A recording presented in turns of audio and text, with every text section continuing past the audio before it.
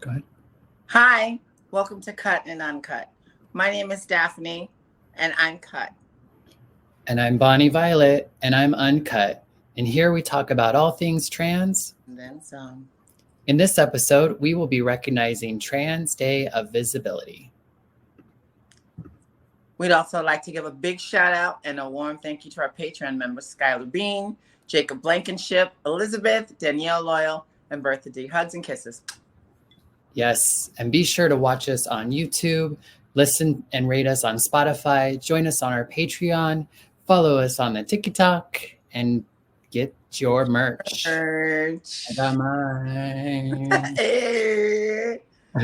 All right, Bonnie. So you look so pink on Trans Visibility Day. What are you wearing today for this occasion? You look so cute today. Today. Most days I don't, right? Well, I just tried I just tried to do everything pink, blue, and white like I did I changed quite a few of our little overlays. So it's pink, blue, and white. I got my pink, blue, and white earrings, my pink ring, my blue, got to pull out all the stops. How about you? Rest to the max. Today, I'm wearing some gifted pink water pearl dangles earrings, my pink and white Guess shirt, and some Ruby Roo lipstick. But I always wear that. Nice. That looks great. I'm like, if folks are like, what is she doing? I feel a little distracted because we're going live on Instagram now. So I'm like on two different screens and change. I don't do well with change. Focus. So today we're talking about Trans Visibility Day.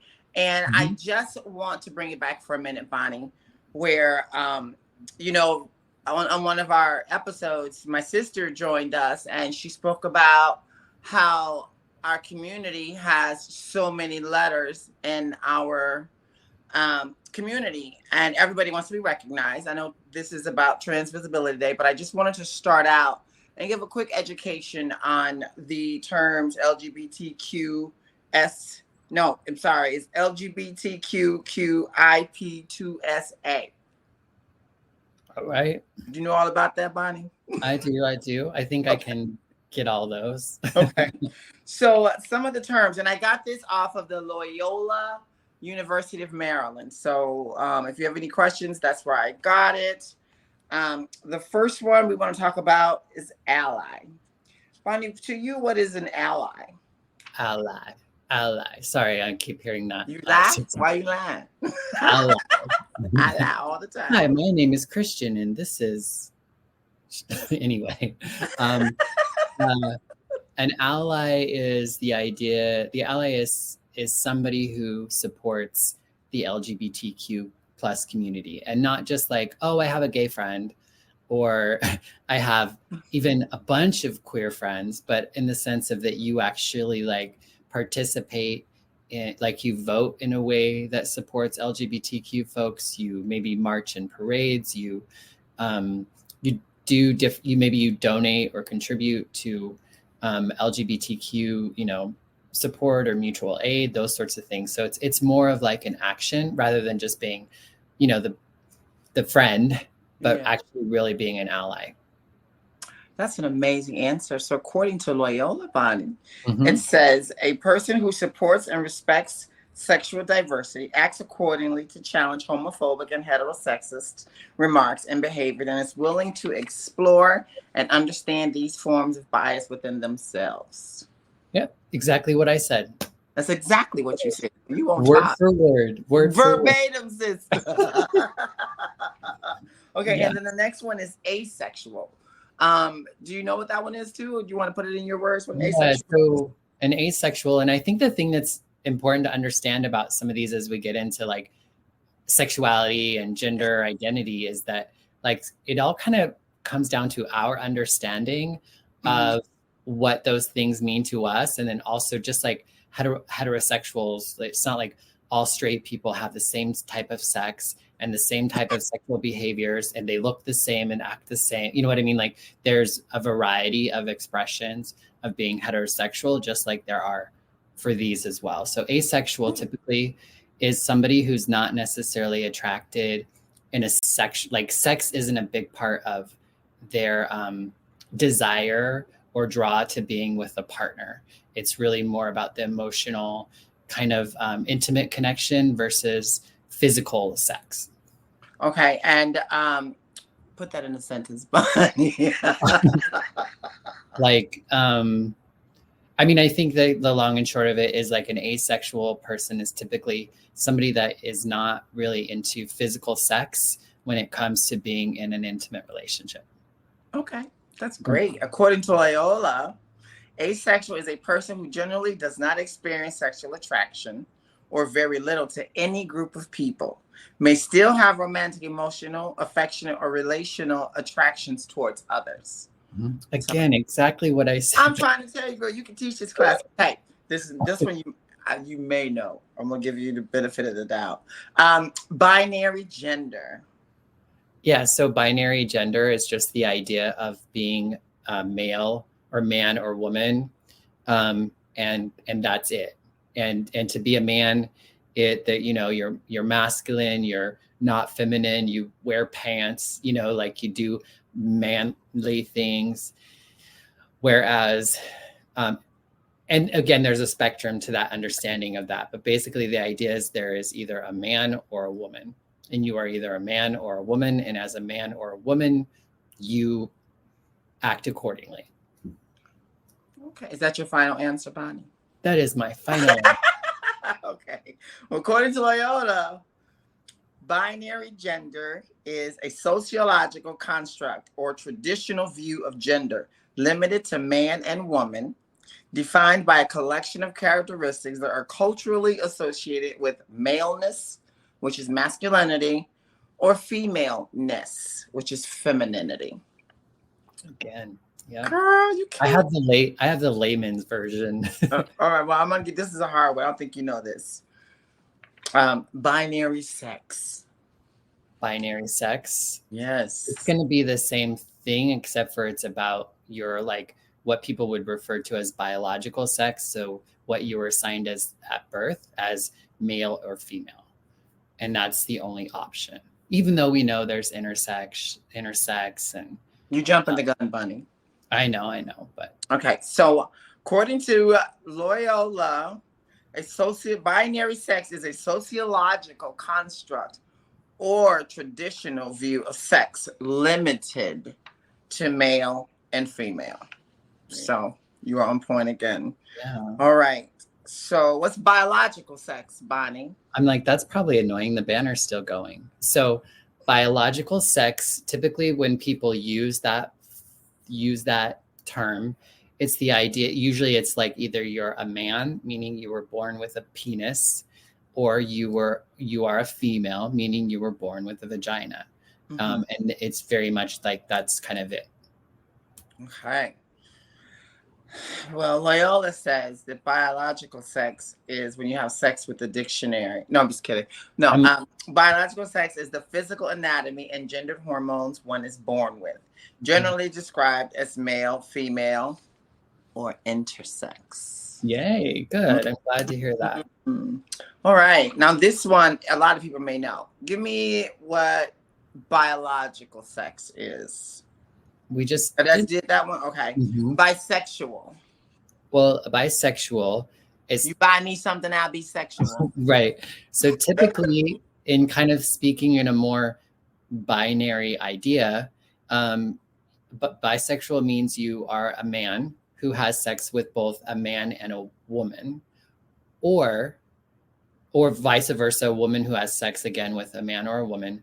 But then bisexuality can also mean that like somebody like us who is transgender or non-binary, the fact of whoever we have sex with in some ways makes us bisexual because we're different gendered. Like it's a little confusing, right? But there are some like trans people that would identify as bisexual just because they're not male or female. They identify in that and role. They're having sex with. That correct?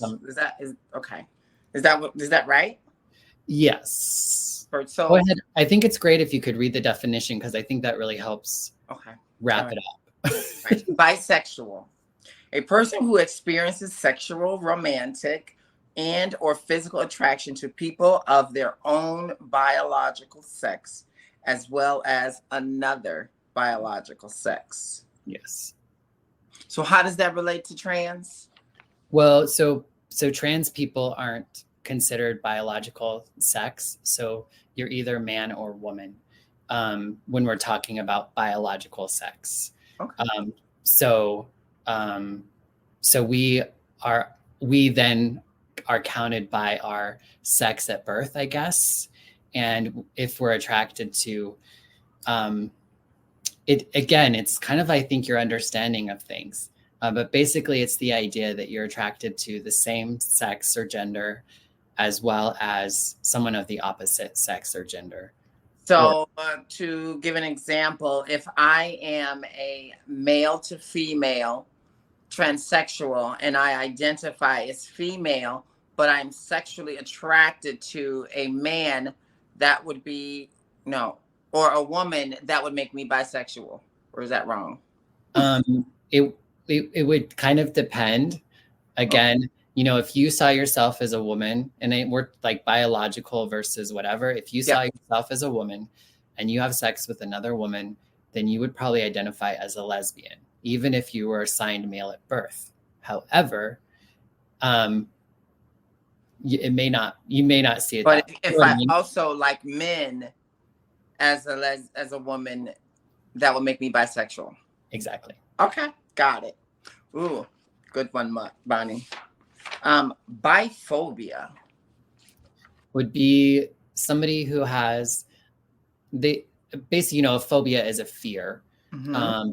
Basically, being biphobic would mean that you I don't know if sometimes I don't like using the word fear, but it's basically kind of the fear of bisexuals, or it could be like not the belief that bisexuals exist.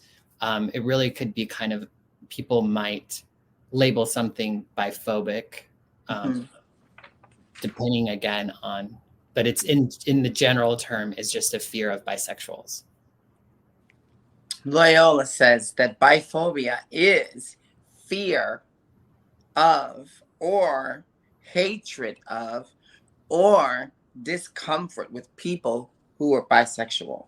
Right. And I think that's great to bring out the discomfort, because I think a lot of times they're like, I'm not afraid of you, but I also, like, I don't know what to do with you. I don't know, you know what I mean? And, you know, like, and we can have it internalized as well. So we could have our own kind of struggle with our own understanding of being bisexual. So somebody who is bisexual could have internalized biphobia. Okay. Now this one, I've been hearing a lot of flack about this one, Bonnie. Cisgender. So cisgender just means that cis means same. So you basically you match the gender that you were assigned at birth. So you were assigned like female at birth and you live your life as a female, or you were assigned male at birth and you live your life as a man. It just means basically you have the same gender. Whereas transgender means that you experience, like, you go to another gender separate from how you were identified at birth. Okay. Loyola states cisgender is a term for a person whose gender identity and gender expression generally matches that assigned for their biological sex. Yes. Check mark for Bonnie. Okay. So what's a cis man then?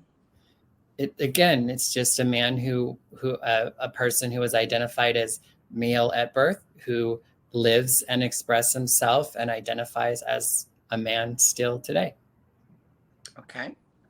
Definition is a cis man is a person who identifies as a man, represents himself as masculine, and is biologically male. All right. And does that apply the same for cis woman? Yes. Okay. Just like cisgender. Like sister? Right.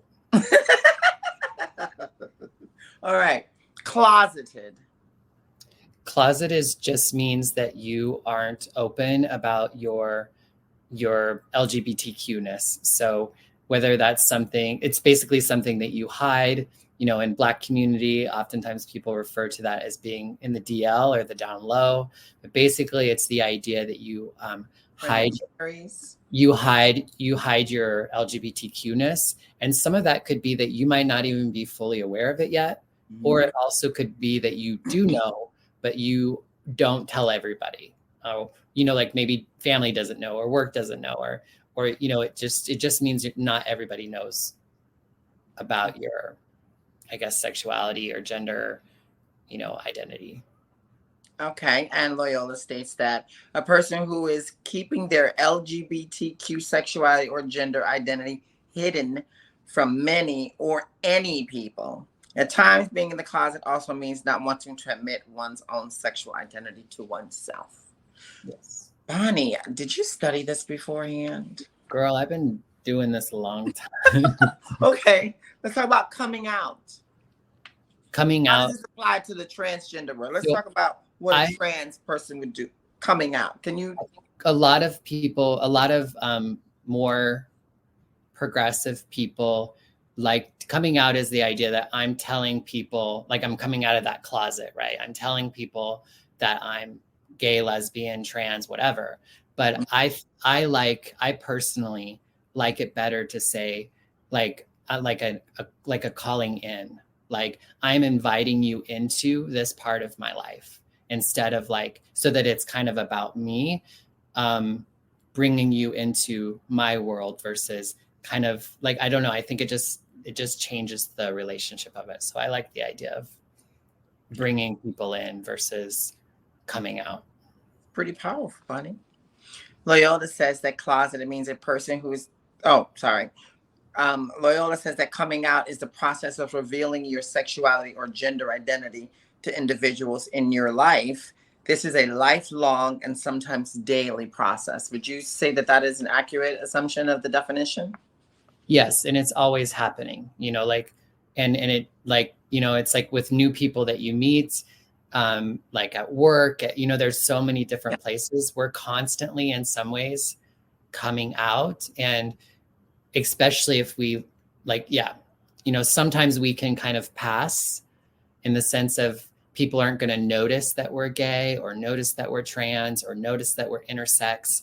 And so, so I guess that's a nuance, if you will. And in the trans world, we call that clocking. Right. That means that they tell that you are not passing for what you are assuming to be passing for. So that's called, ooh, she got clocked. Right. Basically, it's like basically people see that you're transgender. Yes. It's definitely, I think it was definitely a lot more used, I think, in the past. Nowadays, I think there was a belief that you could, like the binary idea that either you're identified male at birth and you want to be female, or vice versa. Not this idea that maybe I actually don't want to identify as either male. I just like went boop. Yeah. Could you hear me? Or yeah, I heard when you went like this. So you repeat it just in case somebody didn't. Yeah. So basically, what was I talking about? Clocking. Oh yeah. So, but I was also talking about the idea of transgender, and that is relevant when people think that if you're assigned male and you're a woman now, or woman to male, versus I might not identify as a man or a woman, and that makes me trans, or somewhere on the spectrum between man and woman. And sometimes it's the idea that it's more of like a circle versus, like the polar opposites is man and woman, but actually maybe there's more. Do you know what I mean? Yeah. Makes sense. Give me 1 second. My work phone is still going. All right. We can handle that. We're like getting into all of this. So it'll be interesting. Folks that are watching, have any questions, whether you're watching us live or you are coming across this later, feel free to put your questions in the comments. Yes, please. So now we're going to talk about fluid or fluidity. Mm-hmm. Do you know what that is? Yeah. So when we're talking about gender fluidity, it's just basically the idea. And again, it can be different, but it's the idea that your gender expression, your understanding of your gender may fluctuate. So one day you might be more masculine, and the next day you might be more feminine. Or it's kind of like the idea that I'm not just masculine always or just feminine always, but that I can kind of be fluid with how I represent myself, whether it's day to day or maybe it's different environments or, you know, those sorts of things. But it's basically the idea that you can kind of go along the gender spectrum. I just want to add a word to this one, and we already got past that alphabet letter, which is A for androgynous. Mm-hmm. Would you say that androgyny is also a part of the trans community or the LGBT community? I think it's an idea of gender nonconformity, which could be seen as part of because transgender is kind of like an umbrella spectrum. So it's anything outside of like the binary of the idea of a man and a woman doing things in the way a man and woman do. You know what I mean? In a very, like, again, just very general way. And so an androgynous person could technically fall under a transgender umbrella, most likely wouldn't identify as trans. They may not even identify as gender fluid or even outside of being different from their sex, but other people might perceive them if they meet them in that one moment or that one time, that sort of thing. So. Okay. So I'm sorry for going outside of the alphabet, but the Loyola definition of fluid or fluidity is generally with another term attached, like gender fluid or fluid sexuality. Fluidity, described an identity that is fluctuating, mix the options available. Yeah, so the idea is sexuality can kind of go that way too, in the sense of who you're having sex with, who you're attracted to. So it's not just about your gender expression. So that would be gender fluid. Like, I'm gonna go with this person tonight, and it's have gender fluid person. Gender fluid is typically, I mean, it could be gender and sex, or it could be gender or sex. But when you talked about fluid sexuality, it's more about sexuality than gender. And I think that's one thing that a lot of times people who are not familiar with transness, or even just LGBTQ-ness, I think we've talked about it before, how like being gay or being trans is just kind of thought of to be the same thing. However, being gay is sexuality, and being trans is a gender. And so they are different things. So you have gay trans people, or you have bisexual trans people, or you have heterosexual, you know what I mean? So come on, Dr. Bonnie Violet. I don't know about doctor, but I am a reverend, so I yes, guess. Reverend. Okay. All right. FTM/MTS, which means female to male and male to female. Mm-hmm. What is that? It's just basically a way to identify being transgender, in kind of the binary sense of somebody who was assigned male at birth, M, T for two, F for female, who now lives as a female, or somebody who was assigned female at birth who now lives as a man. Does that, and I want to make sure it's not in here before I say it.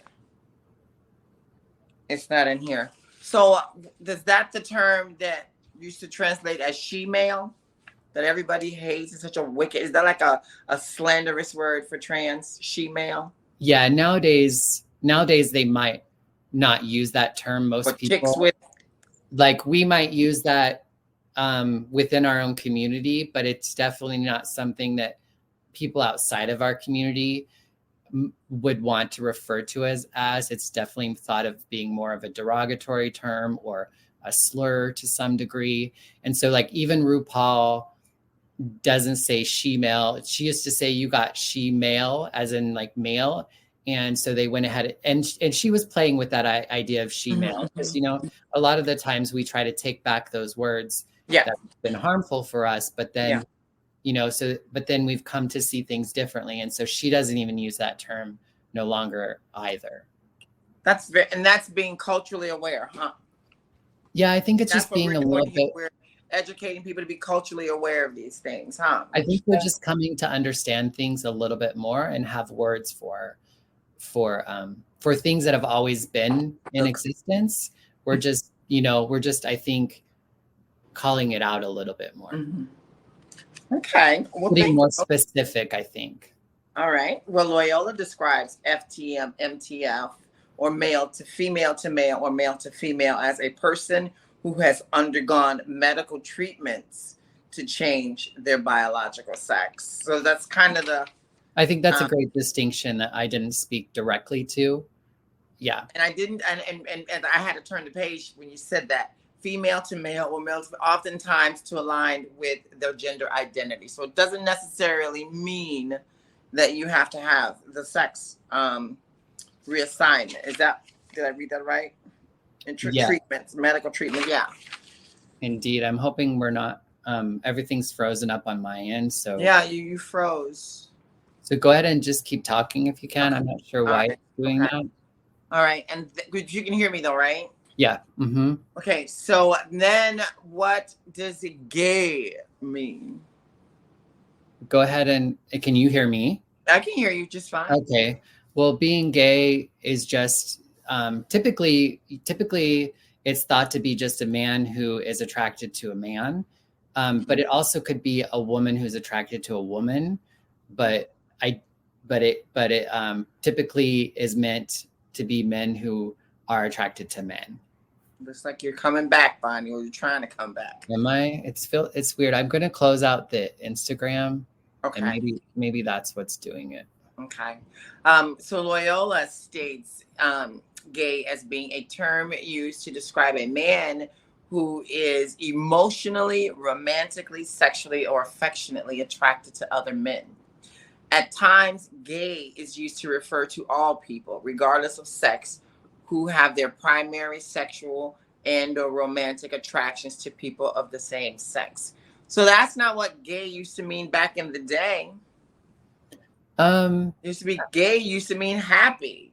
Maybe. Well, way back in the day. Reaching. But yeah, that's another way of using that term. Okay. And what's gender expression? So gender expression is just how you present yourself. So it's like the clothes that you wear, maybe the mannerisms that you use, maybe some of the language choice, that sort of thing. So your expression, I almost kind of feel like is like your essence. It's what you put out in owning your own style. Exactly. Yeah. But kind of, yeah. And it just kind of speaks more to like gender versus just like punk or fashion, goth or that sort of thing. But it's more about, this is an expression of my femininity or my masculinity or my manhood or my womanhood or and gender fluid or whatever, you know? So Loyola states that gender expression is the external display of gender through a combination of dress, demeanor, social behavior, and other factors, generally measured on a scale of masculinity and femininity. All right. So what's gender identity? Are you moving on your end? I'm still frozen too. No. Oh, you're moving. Okay, well that's fine. Moving. Yeah, so gender, but I'm not moving, right? No, you're still dark. Okay, and you're I'm black? No, I'm black. You just can't be seen on the screen. Girl. You are funny. You're spiraling again, so you might be trying to do something. Nope, not yet, Bonnie. It's weird. It's like my whole system is like locked up, which is weird because I don't want to end the stream. We might have to end the stream and go. Okay, well, we can. You want to just do this last one? Yeah, gender we can do the last identity. Huh?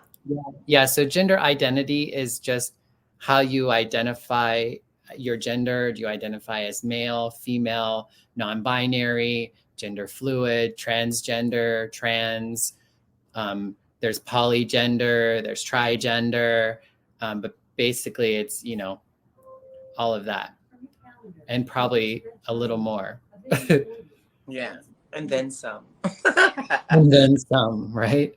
Yeah. So we're only up to G, and there's so many more to go through. But unfortunately, we're having technical difficulty. So But what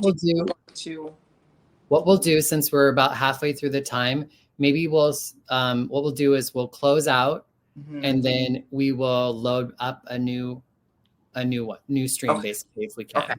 Okay. Wait, let me see if I could even. Oh, okay. Close. It's not even like letting me close out. It's so weird. Should I just hit the leave button, or can you stop? Or you can't stop the live button. Don't stop believing. Yeah, I think the only thing I could do is just maybe turn off my computer. So I might try to do that and see if it takes us out.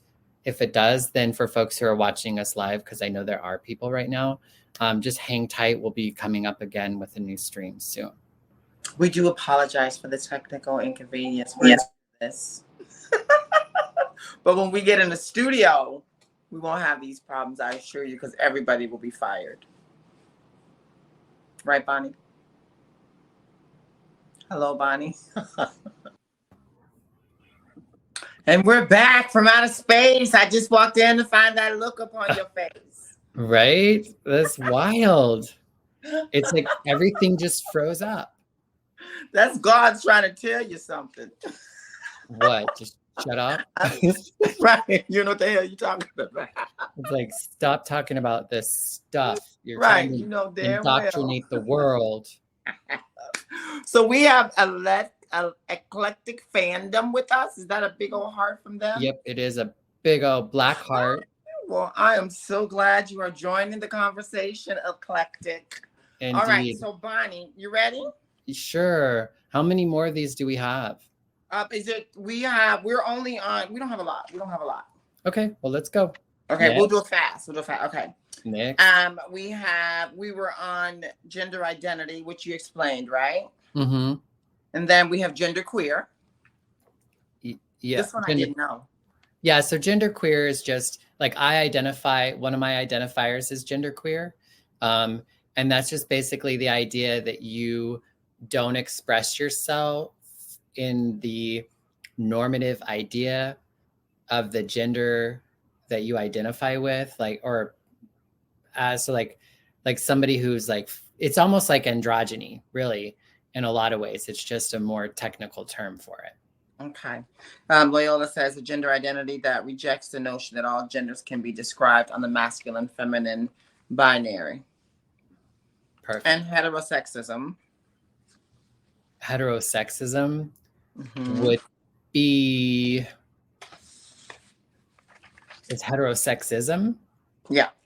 So heterosexism, I would think, and I'm taking a stab at it, because to me, usually an ism is thought to be as like more of like an ailment or like a bias, maybe even. And so that's what I would think is maybe somebody who has a bias toward people who are heterosexual, and probably a more negative bias.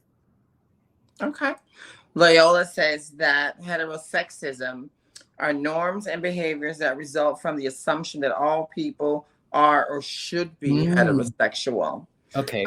This system of oppression assumes that heterosexuality is inherently normal and superior and negates LGBTQ people's lives and relationships. Great. Yeah, I did not say that.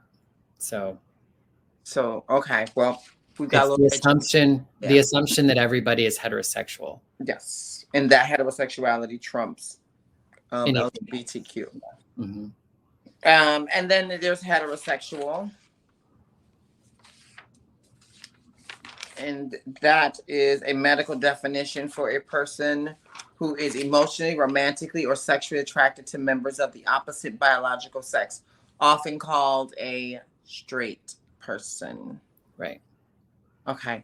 So so I just wanted to bring out some of these because then there's homophobia, homosexual, intersex, lesbian, pansexual.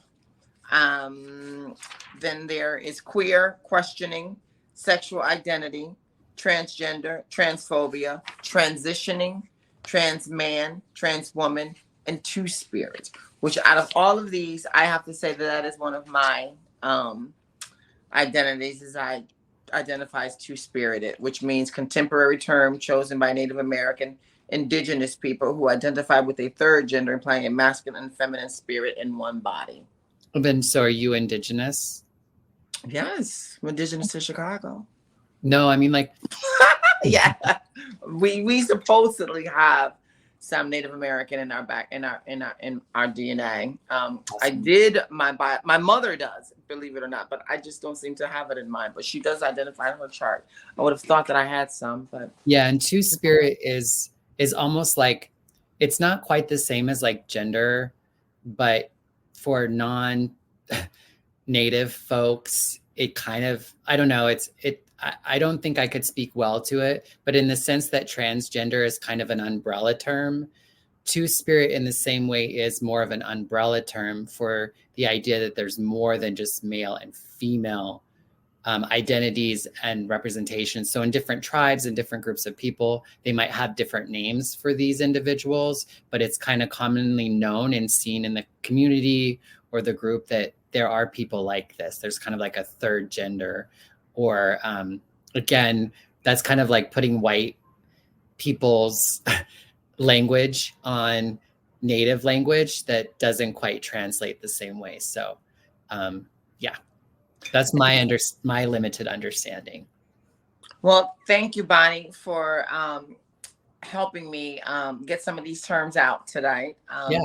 I know you probably wanted to discuss some other things this evening, Well, friends. well, why don't we could just focus on terminology and stuff, and next week we could focus more on trans visibility and stuff, and we could just go through the rest of the list. We're already at like 45 minutes, so we only have 15 minutes more. Okay.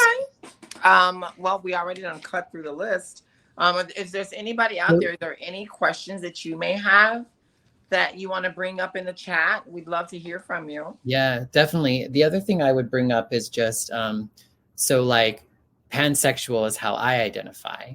So it's one of my identifiers, I guess, because I identify as trans, femme, gender queer. That's my gender, but my sexuality is pansexual, in the idea that I am open to being romantically, sexually, and all the ways attracted to any gender, whether it's another trans person, whether it's a cisgendered male or female, or it's somebody who identifies as non-binary or genderqueer. It doesn't matter about, I think there's omnisexual as well, that are kind of one in the same, except for like one is more gender based, but it's basically the idea that those sorts of identifiers don't necessarily determine whether or not you have a relationship or you're attracted to someone. Okay, and you know what's so funny? Loyola does not have either of those in our pansexual. Didn't you? Oh yes, I do. I'm sorry. Pansexual, a person who experiences sexual, romantic, physical, or spiritual attraction to others, regardless of gender, identities, expressions, or biological property. You know, one thing I would ask, is transgenderism on there? Because I know that's a term that's come up in the past, but my understanding, transgenderism is more of like it's a word that non-trans people use against us to talk about the idea that transness is like an ailment or a sickness. It's not. So it's kind of like, oftentimes it's from religious people or people who are not supportive of trans people. They'll use the term kind of like the heterosexism. That would be transsexual. They would use transgenderism. Yeah. And so that's typically not a term that trans people use. However, again, language is, we all have different understandings of different language. And so typically that wouldn't be used anymore, I guess. It's kind of like if you hear of same-sex attraction or same-sex attraction. Same-sex attraction is usually language that religious groups have put on the idea of a man who is attracted to men or women who is attracted to women, and that is wrong, and that it's something to fight up against. So again, that's kind of tends to be, again, and some of the words have been used by certain groups of people, which then causes that word to be kind of triggering or traumatic or difficult for people to hear. So usually you won't hear same-sex attraction unless there's some sort of history with some sort of religion connotation. Now, oftentimes you'll hear, especially in Black communities, you'll hear the term same gender loving, and gay men and gay women will often refer to themselves as being same gender loving. Which is also like another term that, and again, different groups of people, different, there's a lot of intersections of our own identities. We have different, there's different races, there's different, there's just so many different things, and words can be different. What is the word trade? So trade is typically the idea of a man who is manly, machismo, or kind of like just kind of a rough man that a trans or queer person could get with or finds attractive, or that sort of thing. So it's kind of like, I guess, is that how you would explain it? I would say trade is a man that identifies, who appears, because I wouldn't say his sexual preference would be predominantly heterosexual for trade. That would be the assumption. Somebody could see a trans man as trade as well. So it is really just kind of like this hyper masculine, kind of rough, hot, like sexy kind of, that's how somebody will say, like on RuPaul's Drag Race, they refer to the trade of the season. So who's the one that people would want to have sex with the most, or something like that, as a guy. So who's your celebrity trade, Bonnie? That's not a term I use. Yeah, I mean, oftentimes trade is celebrity trade. Trade is often, I think, a term used within like the Black community. I think with trans women. But I think it's definitely not usually something white girls say unless they're like in community with other folks, and it's like common language, but it's not typically a word that I would use to identify. Okay, because I've known a lot of other girls in the community. It doesn't matter what race. It's just a word that we use in our community. Yeah, and I would use it if I was, say, in conversation with you. Like I would say, "Oh, that guy is trade." No, because that's a language. Well, yes, I guess. Okay. But just in the sense that it's language that you use and understand. And so in order to try to communicate with you, I would potentially use your words to just kind of, again, connect with you and get that we understand each other. Because I could also say, "Oh, look at that trade over there." And you're like, "Girl, that is not trade." Not at all. And so I think it's a way of also saying, no, I understand what you mean when you say trade. And I'll be looking like, where? Yes. And, a lot of the language comes from like ball culture and, from, that, all that sort of stuff. And so I think there's a mindfulness, I think, especially like as a white person, I think it's important for me to be mindful of the words that I use and how I use them. Without like, you're going to automatically kind of pick up things sometimes. Yeah. It really ain't cute to like put on a black scent or to like. You mean there's ethics in how we communicate as sisters? I think that there's a difference between how you are with friends, because with friends, sometimes you can take the piss out of one another, right? You can say things that you wouldn't normally say in the general public, or if we were on a podcast, or you know what I mean? Like, because taken out of context. And if somebody outside of our community talked to us like that, it would be like unacceptable. Yes. Kind of like, in some ways, I think it's like when some Black folks might use the N-word, or some gay people might like the word faggot or queer. Or heterosexual people like the word cis woman. They don't like that, right? And so, so part of that is, I think, is being able to be aware of that. So it's like, because if a straight person called me a faggot who I didn't know, I would have a problem. Like that would not be okay. Right. But if we're within our own community, sometimes we'll use those words to kind of take away the power that it has in other mouths. Yeah, so some words or connotations that it's just not polite to use. Aaron P says, excellent points and great discussion about communication. Sorry, I'm so used to you just reading the comments. Yeah. Thank you, Aaron. And Carrie's here. Hi, Carrie girl. Hey, Carrie. And thanks for folks, if you stuck through us with the tech problems.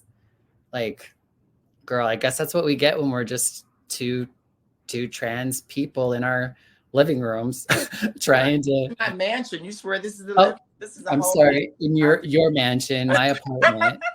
This is my sheet. Exactly. So folks who are here, if you have questions about LGBTQIA plus terminology or about the community, now would be a great time to bring that up. We did talk about a lot of the terms. So if you are just popping in, you could listen back, but also we have no problem with answering the question here for those that are live or even coming across this at a later date. I'm trying to think what other things. Oh, so the other term I think, and you use this word a lot, is transsexual. And so transsexual, and you identify as transsexual, was that correct? Mm-hmm. Yeah, and trans slim.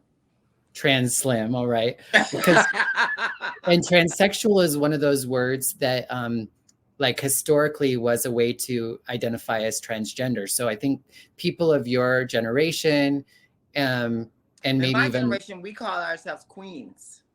Well, right. But when you refer to your transness, it's transsexual. And so the thing that a lot of people, why transsexual changed to transgender is because transness is about your gender, not your sexuality directly. And a lot of the times people, have this negative idea about trans people and sex work and those sorts of things that we end up having to do because to survive. And so some people have chosen to just use transgender as a way to get away from that idea of sex. But there are also a lot of people that say, no, I'm a transsexual because I own all of this. You know what I mean? And then I didn't see the word transvestite in here, which some people find that offensive and prefer to be called trans. Well, a transvestite is different than usually a transvestite is somebody who dresses in the opposite gender, often opposite gender, for sexual purposes. And so it's not necessarily they're living as this person on a regular basis, which would make you transgender, versus a transvestite. It's definitely tends to be, in my understanding, is that it's more around sex and sexual behavior versus gender. Okay, because I have no notes on that in Loyola, so I'm flying. Yeah, because if you think of the what is that movie, The Sweet Transvestite? Rocky Horror Picture Show. Yeah, is that what it is? Yeah, and so that is kind of the idea of a transsexual, right? That's not a transgender person. That's at least not in the way. I never knew. For me, I never knew from gay men that identify as gay but still dress as women. They're called drag queens and not transvestites. Can we break that down a little bit? Yeah, so drag is typically an art form. Like it's you're dressing oftentimes in the opposite gender. Sometimes it's the same gender but exaggerated, and it's usually for the purpose of performance. So usually it's like stage, or it might even be just going out to a party and being with friends. But it's an idea of doing it. It's an art. It's an expression. It's not the way you live all the time. Right, because I know straight men that enjoy doing drag because it's purely for art. So it's not a sexual connotation. If they're either gay or straight, you would consider it's just an art form. Right. And then there's clarifying that, Bonnie. Mm-hmm. Yeah. And it's really, I think, the idea of the intentional art form aspect, because there also is cross-dressing, which is just somebody who might like to wear the opposite gender clothes around the house, or maybe even for sex. But would you consider them trans then? I wouldn't consider, I don't like putting a label on anyone. Okay. But typically somebody who is a cross-dresser would not be transgender, or identify as transgender. However, if you're looking at transgender as a more umbrella term, it could definitely fall under that sort of non not, I don't want to use the word Not normative, acceptable words to use. because it's, I mean, because none of this is normal. Yeah, I mean, no, in the sense of like it's all normal. So that's why I don't want to like say normative, but Yeah. just in, the colonizer language. Mhm. Anyway. um yeah, so I mean, I like that we got to talking a little bit more about like transness and gender stuff, because I think oftentimes, you know, the LGBTQIA2S plus community is lumped together, and we're lumped together in part because we're all minority groups of people who often to other people see us as the same, right? They see us Yeah. as the same thing. However, there is differences in all of this. Like there are sometimes feminine gay guys that people who don't know us might call them a trans person or something. You know what I mean? But I think it's important.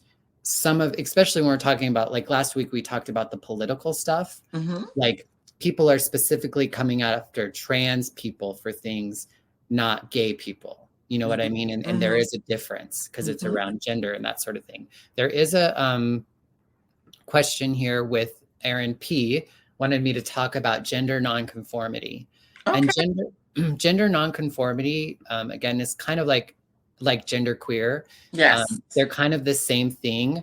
Gender nonconformity is just that your gender is not conforming to the status quo of what a man or a woman should, their gender expression is thought to be. And so it's being, again, non-conforming. You're not conforming to the status quo of how, it's thought to be or taught to be. And sometimes people, like, I don't like to use the word non-binary or non-gender conforming as an identifier. I think it's a way to label how I might live my life, but it seems weird to identify as a non-something, like I'm non-black. Yeah.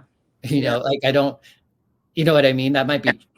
So let me bring you to another one. Now, this day and age now, even for myself and my work, a lot of people and a lot of companies are now changing a lot of things and asking people for their pronouns. What is it when you say, what are your pronouns? Is that the proper way to always greet someone nowadays? Or is that, we have to have some companies have name badges. She, or she, her, hers. A lot of that is going on in the world. And why do you think that is happening now? Well, I think part of it is people are trying to be a little bit more mindful and trying to recognize people more. And so basically it's the idea of not assuming how somebody identifies because of the way that they might look or the way that you're seeing them as. And so asking is typically, and especially if you're an ally and you are wanting, like the first word of our conversation, usually I think a better way might be to share your pronouns when you meet somebody new, because otherwise the person might feel clocked if, again, the term we used before, where that person might feel clocked if you're asking them their pronouns, because then you're like, oh, I don't know what their gender is, right? Yes. And so that can make somebody feel not supported. And so if you say, oh, hi, I'm so-and-so, and I use she pronouns, what's your name? And then usually they'll say their name and they'll share their pronouns because you shared yours. And so that's, I think, a more ideal way to do it. And so oftentimes in business places, we just put it in our signatures, or we, it's in our, next to our name when we're in a Zoom meeting or those sorts of things. Again, it's a way to help people not assume how we identify by the way we look, I guess. And I just want to comment. Thank you, Carrie. We love educating people. Yes. the goal for us is to make sure that we all live comfortably and we walk through this earth respectfully, and give each other respect. So all it takes is just these uncomfortable but comfortable conversations between like Bonnie and I. So Mhm. thank you. We really appreciate Yeah, that. and we'll put in the I'll get the link to Sure. the information that you have, and Yes. I'll put it in the description of the podcast episode on Spotify or YouTube or wherever, so that you can kind of check it out. And again, I think the thing that's most important is to just not assume, um, not just really assume anything. Right. And when it's appropriate, when you have a relationship with someone that you're close enough, you might ask them questions about how they identify. Or you said you were gay. What does that mean to you? Yes. Or you said you were transgender. Could you tell me more about that? How I wouldn't suggest saying that to a stranger or somebody that you just met or somebody at work. Again, I think that's something that would happen when you have a connection with somebody or you're trying to build a Yeah. relationship with someone. Right. So the term that we first started about was the LGBTQ terms and definitions. And what originally brought me to this was that the LGBTQ has now changed to and not that it's legally changed this way, but it is now being seen as LGBTQQIP2SA. Yeah, in some places, and some you'll just see like LGBTQIA plus, which is LGBTQI. yeah, Levitical, which just means like, so some people might shorten it that way, but yeah, to try to be more inclusive, you would use all of those letters. But just a little bit of history, the L didn't always come first. No. It used to be G for gay. It used to be gays and lesbians. Mm-hmm. But way back when they put the L first in order to really focus on the lesbian community because it had been so male more about the gay man. Yeah. And so, but it started with the L for a long time. But and I think it's important to understand. There are some LGs who don't think T's they shouldn't. They like that don't think trans people should be a part of the community. And Yeah. I can understand that because, and sometimes I think it is important for people to understand the distinction, that there is a difference. However, I think there is value in us being a community as a whole, as a broader community. Yes. There were times where I can personally remember where trans people like myself weren't welcome in gay bars. Mm-hmm. We were considered uncouth or dirty or just sexual workers, and things like that. So we were really frowned upon. And, I just want to say how proud I am that we are being recognized today. And that brings me also, and we can probably talk a little bit more about this on the actual live that we do for Trans Day Visibility, about all of the violence that's going on out there against our kind, and that needs to stop. Yeah, there was another girl killed. I just saw another girl, Diamond. Yes. Say their names.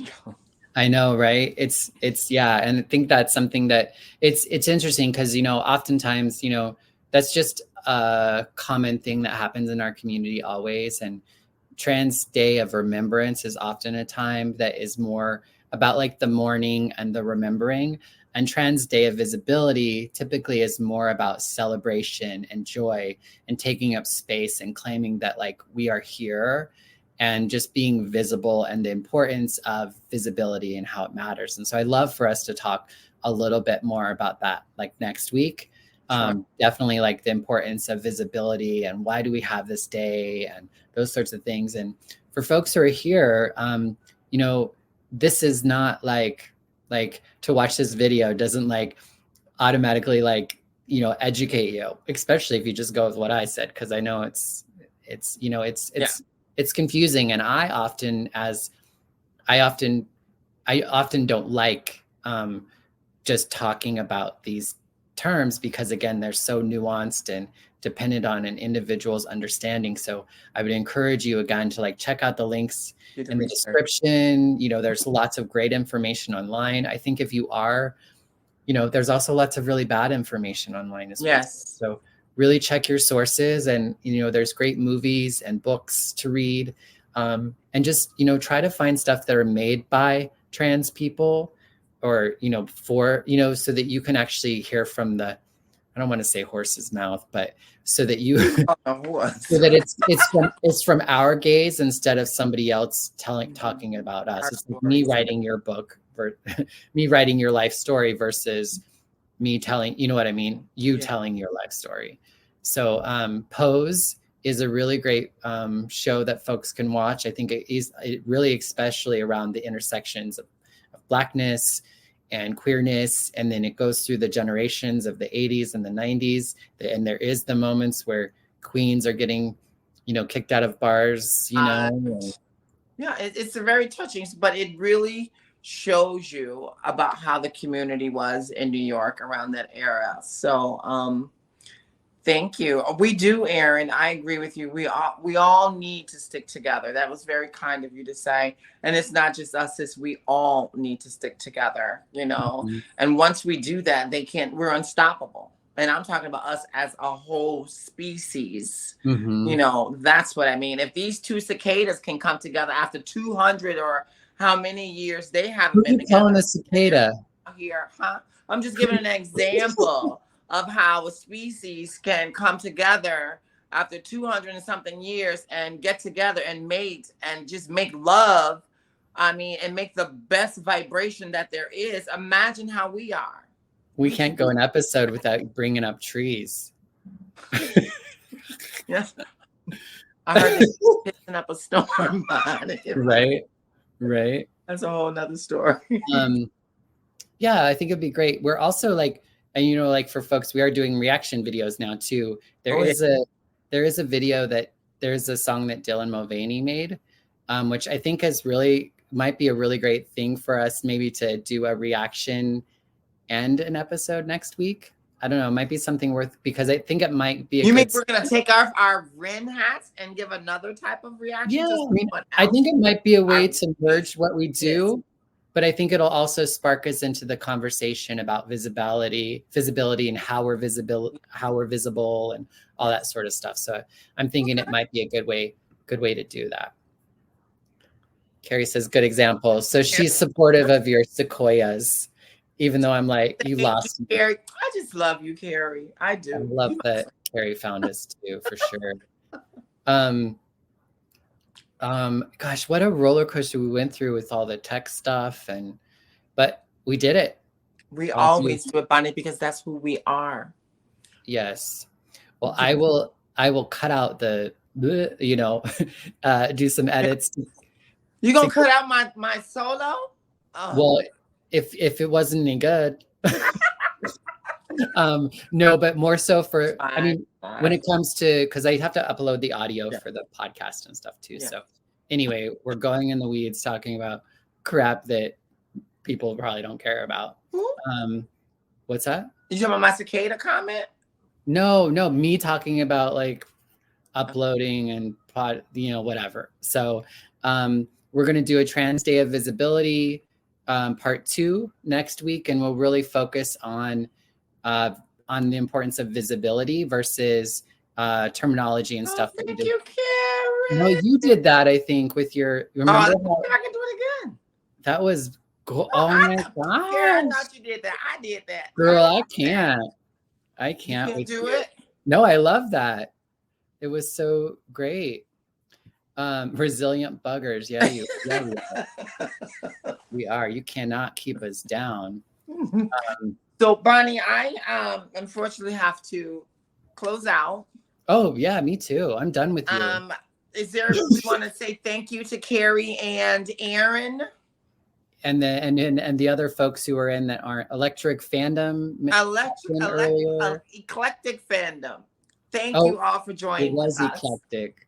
Don't forget to like, share, and subscribe. And don't forget to what, Bonnie? Get your merch. All right. Well, let's call it a night. Oh wait, there's another comment. Aaron says thank you. You're very Have a welcome. good night, everyone. Bye bye. Good night.